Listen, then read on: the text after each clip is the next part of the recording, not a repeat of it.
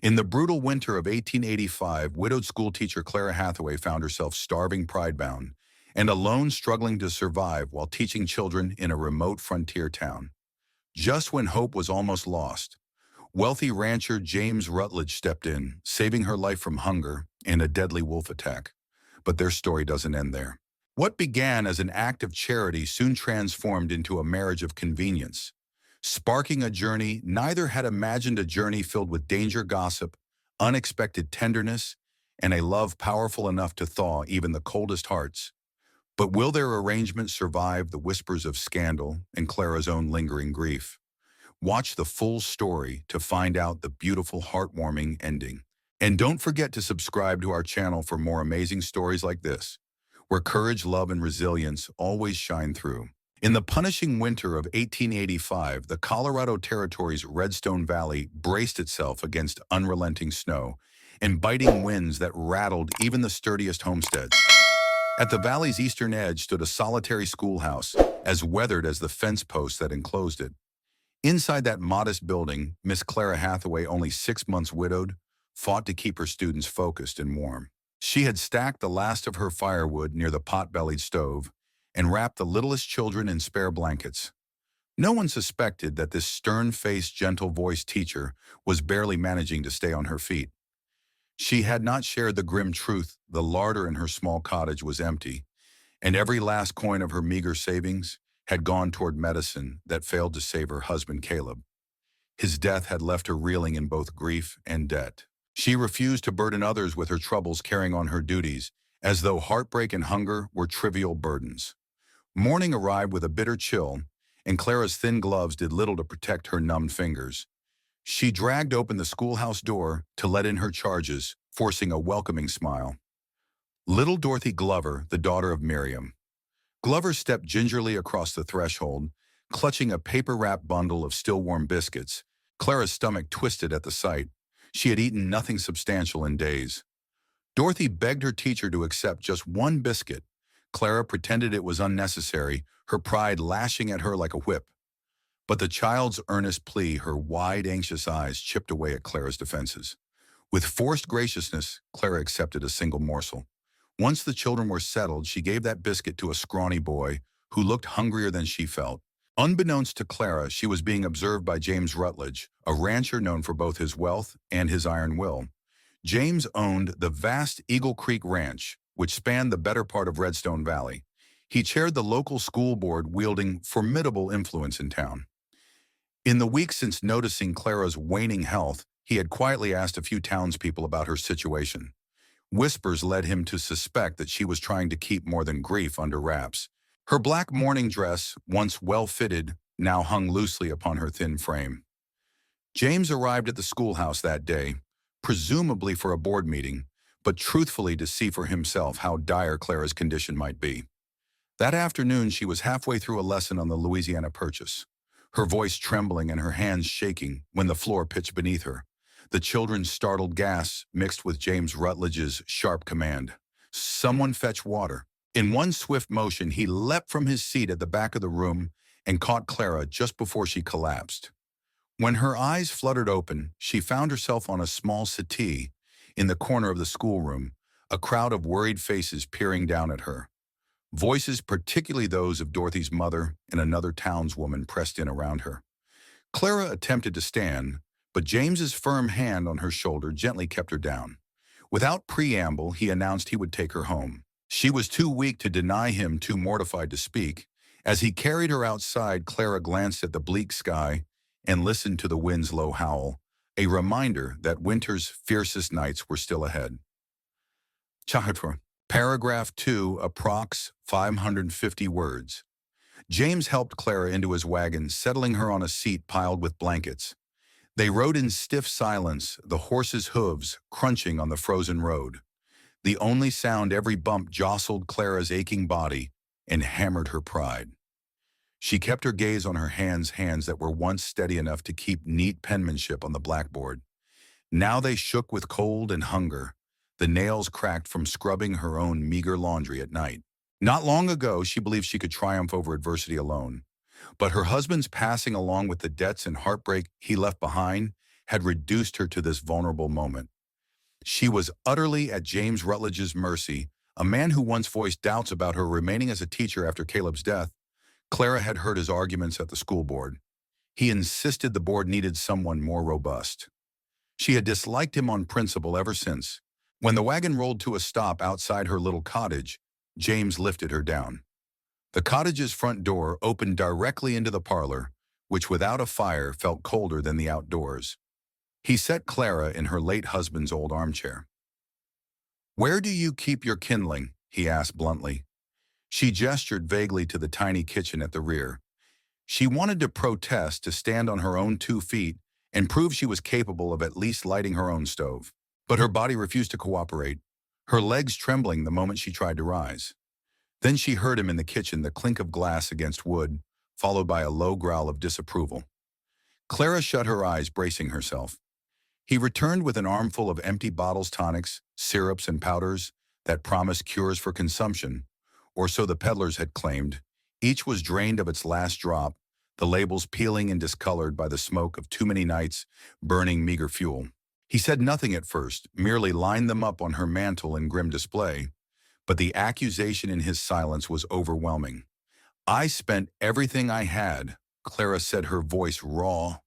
I couldn't bear to watch." Caleb suffered. James's expression softened, and he placed a hand on her shoulder.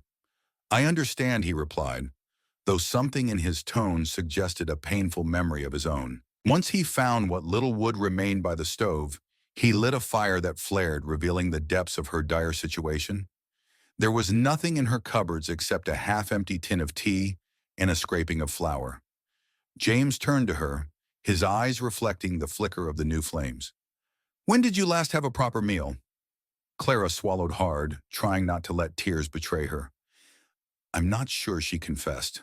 He let out a soft curse under his breath that she wouldn't have expected from a man so outwardly controlled. "I'll be back," he said, finally pulling his coat tight. "Don't move from that chair." The door closed behind him with a gust of winter air. Left alone in the glow of a dwindling fire, Clara felt her pride warring with the relief that help had actually arrived. Caleb's pocket watch in her apron reminded her of her lost hopes. Hopes she wasn't even sure she still possessed. Outside, the wind whipped mercilessly, and if she listened close enough, she could almost hear the howl of wolves, hungry and closing in. She clasped her hands and prayed that just this once, she could allow herself the grace of accepting help from a man she hardly knew, but who seemed determined to save her anyway. Paragraph 3, approx 560 words. Clara stirred when James shouldered open the cottage door, carrying a crate so heavy he nearly lost his footing. Steam billowed from the top of the crate, bringing mouth-watering scents into the frigid room. "Clara," he said gently, a soft urgency in his tone. He knelt down, pried the lid from the crate, and lifted out a small pot. "Eat this slowly." It was stew, rich and flavorful, already making her senses swim. She wanted to protest, to say she wouldn't accept his charity, that she needed no man's pity.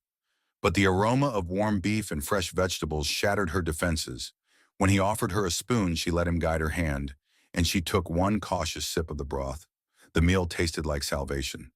Clara's tears came unbidden, running down her cheeks as she tried to savor each spoonful.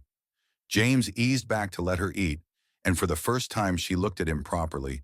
Beneath the stony exterior and the rancher's dust, he possessed a quiet sorrow that she had never noticed before. He spoke about how his late wife Alma had been a teacher, too beloved by the children at a local mission. Alma had fallen ill years earlier and refused to step away from her duties. By the time she collapsed, her condition was beyond hope. Clara listened, eyes widening, when he admitted that he had watched helplessly as pride and determination to keep teaching led Alma into an early grave. "I couldn't save her," he confessed in a hushed voice, "but maybe I can save you." As the stew warmed Clara from within, she mustered the energy to think of practicalities. She would face gossip in the community. No doubt tongues were already wagging about James, carrying her off the schoolhouse floor. "They'll say I've compromised my position," she whispered. He nodded, unsurprised. "Let them talk." He replied, "It's a small price if it keeps you alive." Weary and humbled, Clara drifted off as James fed the fire. occasionally glancing her way to ensure she was still breathing steadily.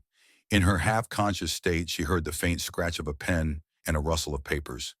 He'd asked the board about her predicament. She realized he had come prepared to do something drastic if necessary.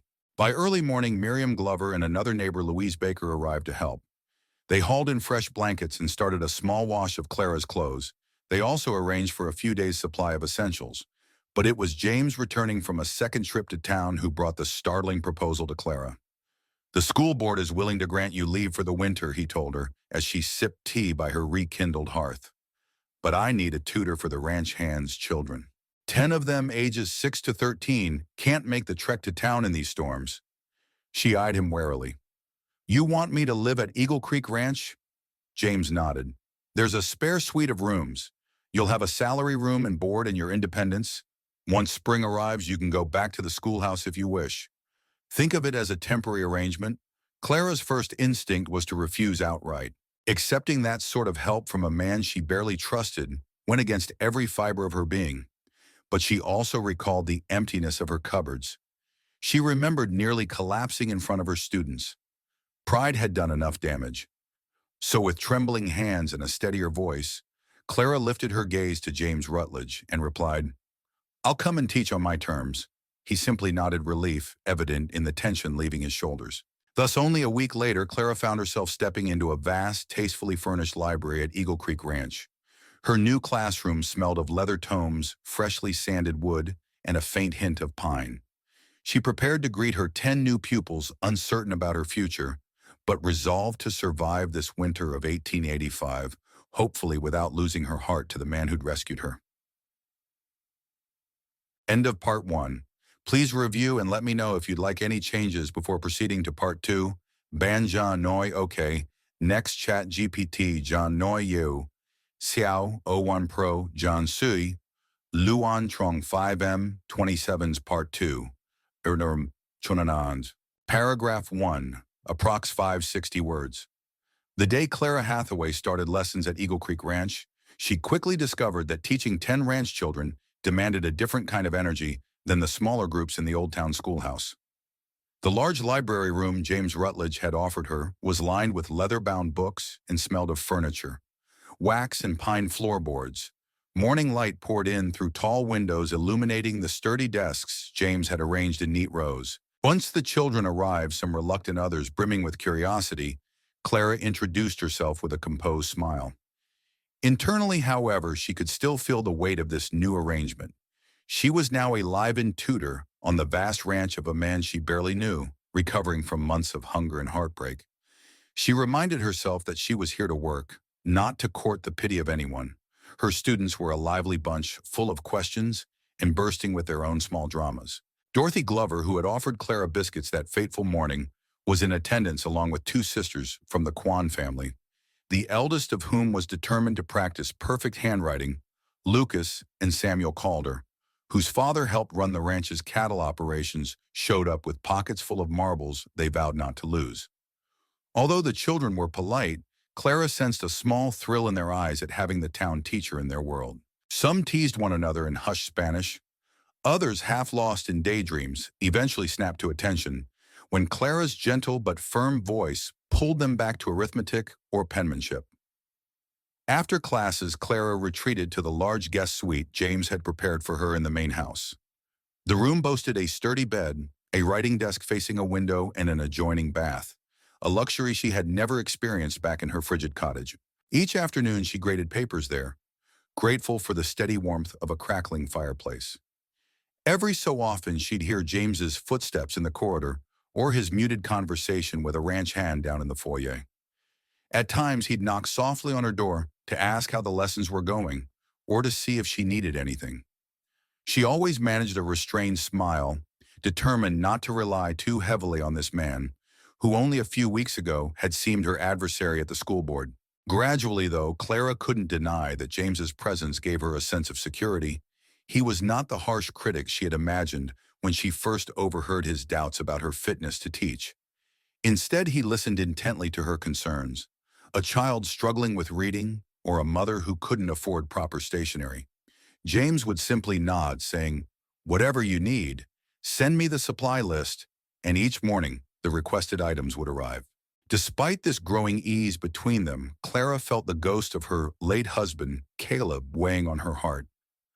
When evening fell, she'd sometimes linger in the parlor, staring at the flicker of lamplight on the mantel where James had lined up her empty medicine bottles. Each represented a desperate hope that her husband might survive. Now when she glanced at them, she felt both shame and a grim reminder of how far her pride had driven her into isolation. One evening, as the sun sank behind the distant mountains, Clara finished a reading lesson with Dorothy. Over the child's shoulder, she noticed James Rutledge standing by the library door, observing quietly. He didn't speak, only offered a small nod of approval. Clara felt a strange surge of warmth in her chest. Was it gratitude, admiration, or something more? Before she could define it, Dorothy tugged her sleeve, pulling her back into the child's world of syllables and sentences. Yet Clara couldn't shake the sense that despite all her efforts to remain aloof, she was starting to see James as more than just an employer. Panaraditorm. Paragraph 2. Approx. 570 words. Less than a fortnight into her new teaching role, Clara learned just how dangerous the ranch's remote location could be. It was nearly midday when a low growl sliced through the usually peaceful hush of her makeshift classroom. The children froze, each of them recognizing a threat that city-bred Clara had never witnessed firsthand. Wolves starved by the harsh winter and emboldened by hunger, they ventured closer to inhabited places in search of food. From the library's broad windows, Clara spied two gray shapes slinking across the yard, eyes reflecting an unsettling intelligence. A third one, larger and more menacing, approached the door. "Stay away from the windows," Clara ordered, keeping her voice steady. She ushered her students to the far wall, her heart pounding so loudly she was certain they could hear it. Dorothy began to whimper, and even the older Calder brothers exchanged frightened looks. Clara grabbed a heavy brass candlestick from James's desk, the only makeshift weapon at hand. She prayed she wouldn't have to use it, but if the wolves broke in, she intended to protect the children by any means necessary. In the next instant, the door crashed open, but it wasn't a wolf. James Rutledge burst in, rifle at the ready. Two shots rang out like thunder. One wolf collapsed in the snow. Another snarled and leapt for James's throat. Clara shouted in alarm as James fought the animal in a terrifying, chaotic struggle. The rifle clattered to the floor, and he drew a long hunting knife, plunging it toward the snarling shape. Children screamed, huddling in a corner of the library. With a savage yelp, the wolf twisted away, blood spattering across the threshold. Time seemed to stretch into a surreal tableau. James locked in a life-and-death struggle, Clara frozen in place, the children sobbing. At last the wolf staggered and fell, leaving James panting, knife raised in a trembling hand. When the final wolf fled back into the wilderness, ranch hands and parents raced in, having heard the shots. Miriam Glover and Louise Baker ran to console the children, while Thomas Kwan, who oversaw security at Eagle Creek, inspected the fallen animals.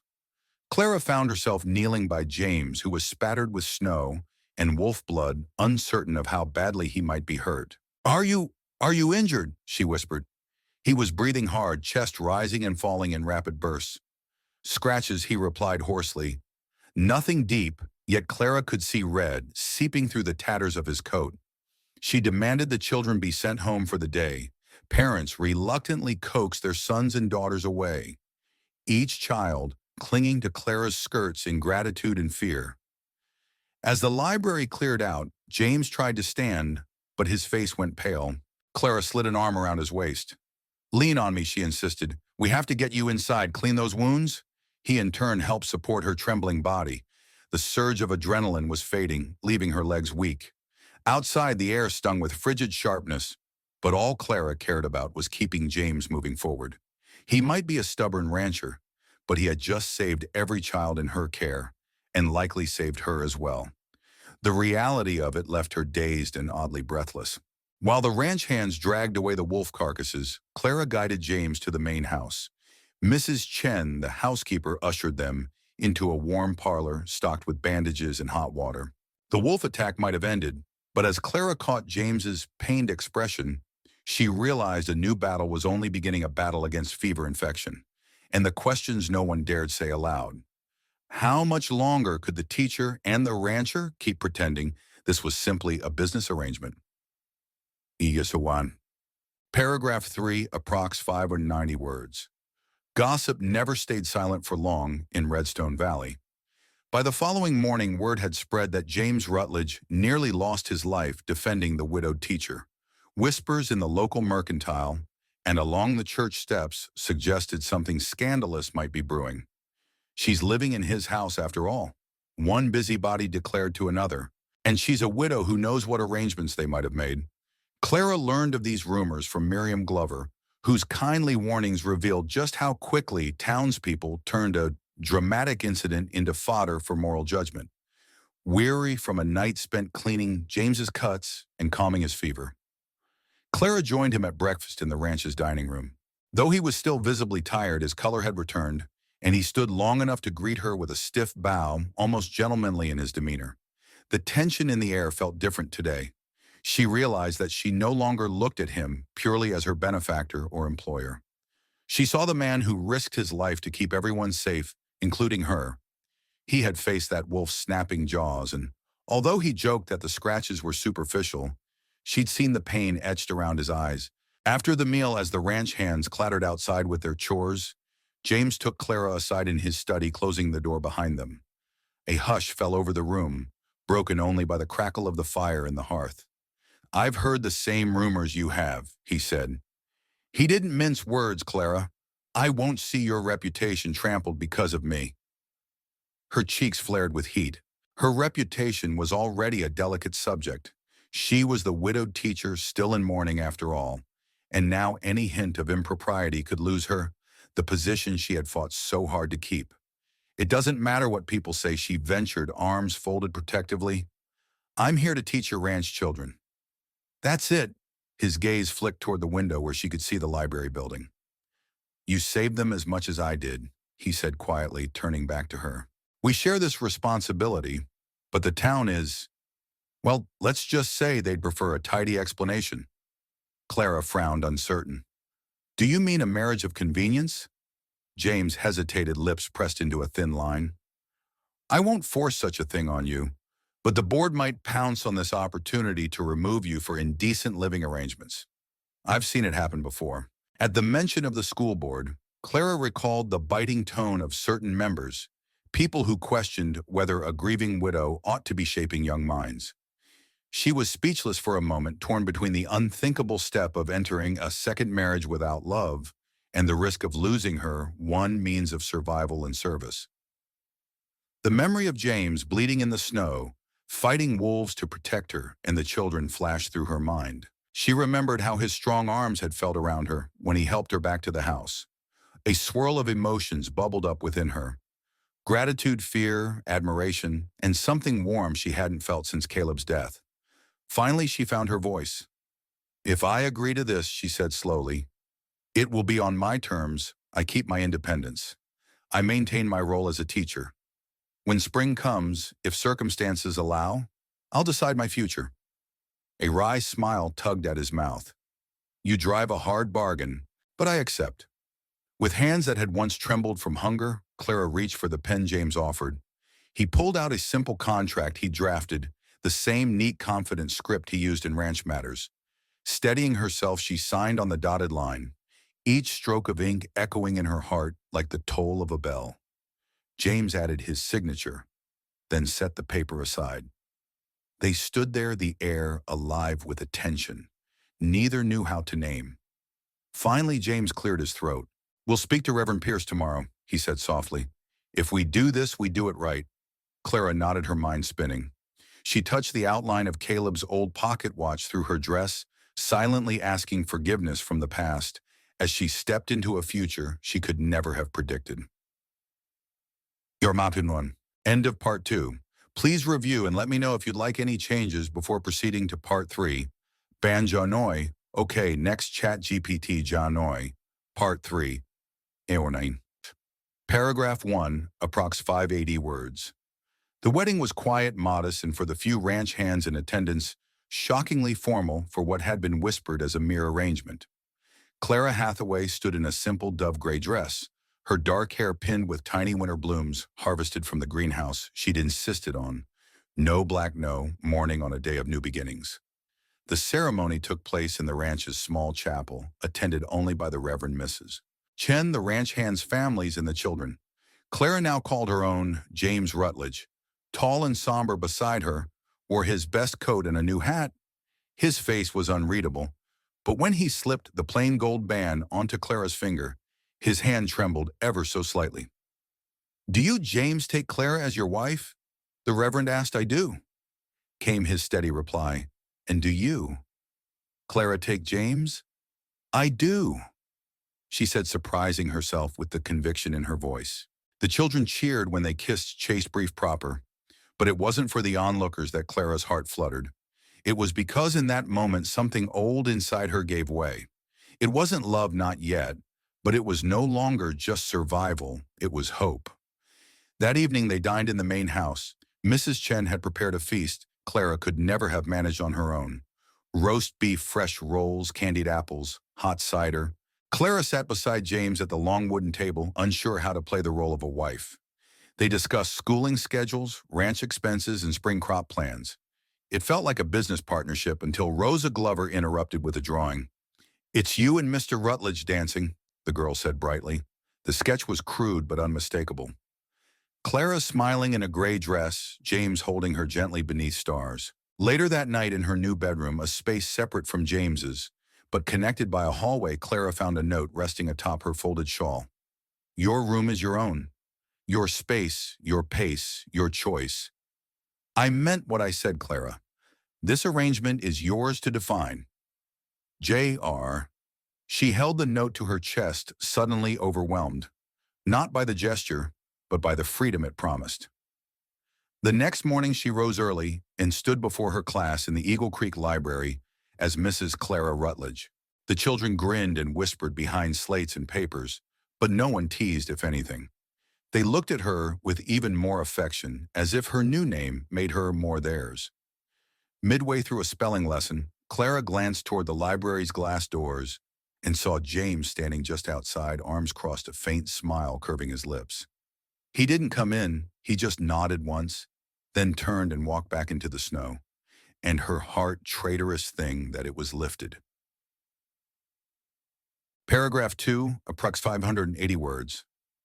Life on the ranch settled into a rhythm of odd peace. Clara taught the children each day, met with parents each Friday, and handled lesson plans with a renewed sense of purpose.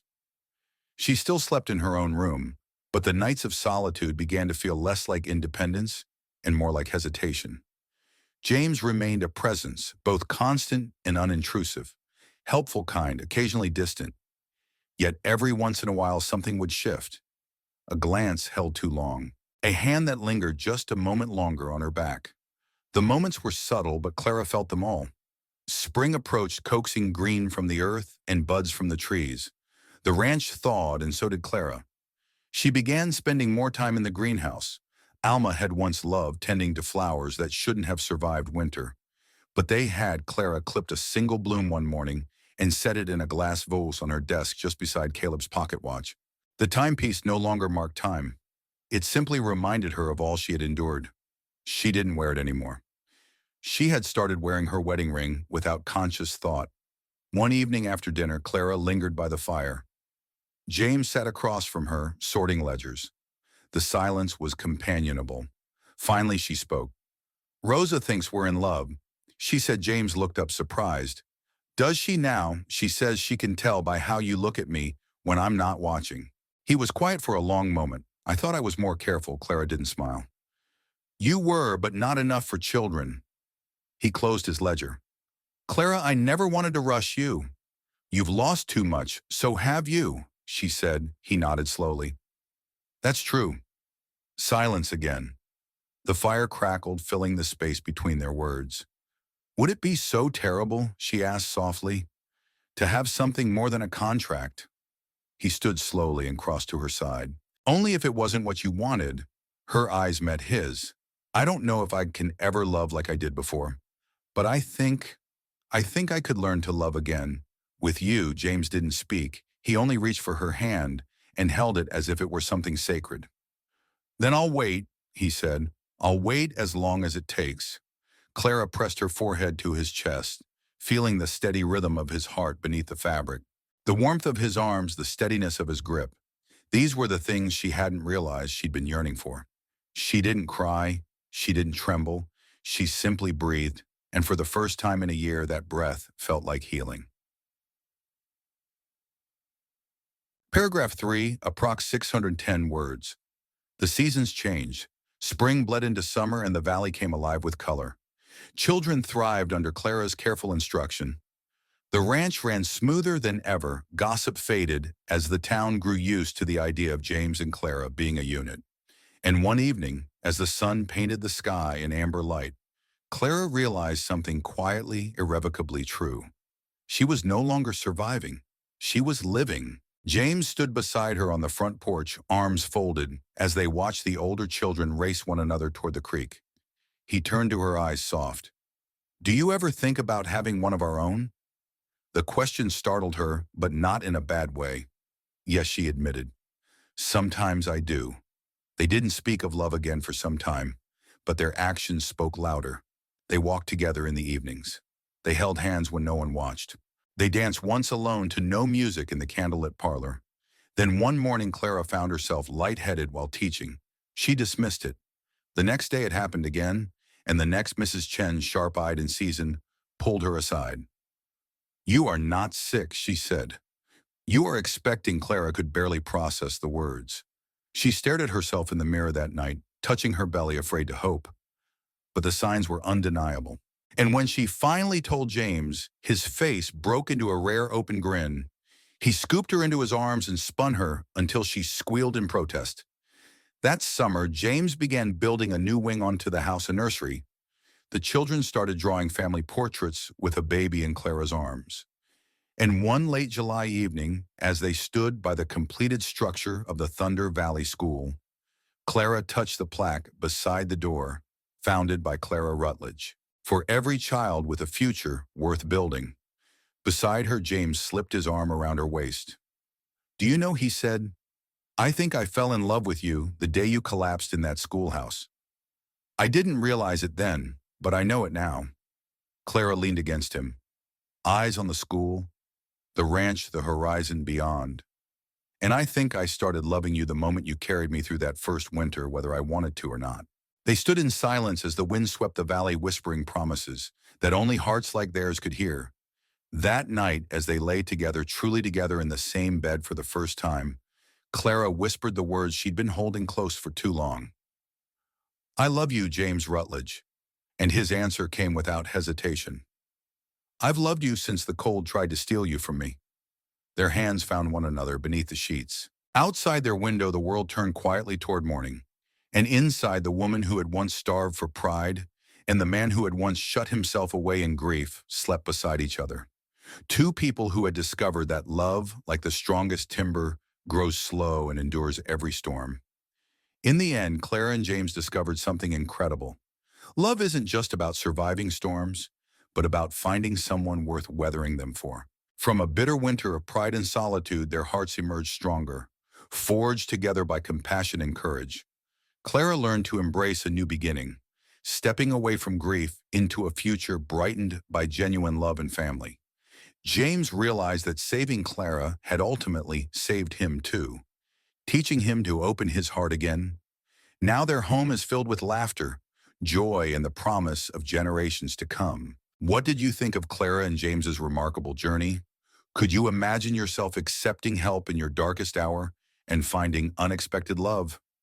Please comment your thoughts below, and let's discuss this inspiring tale together.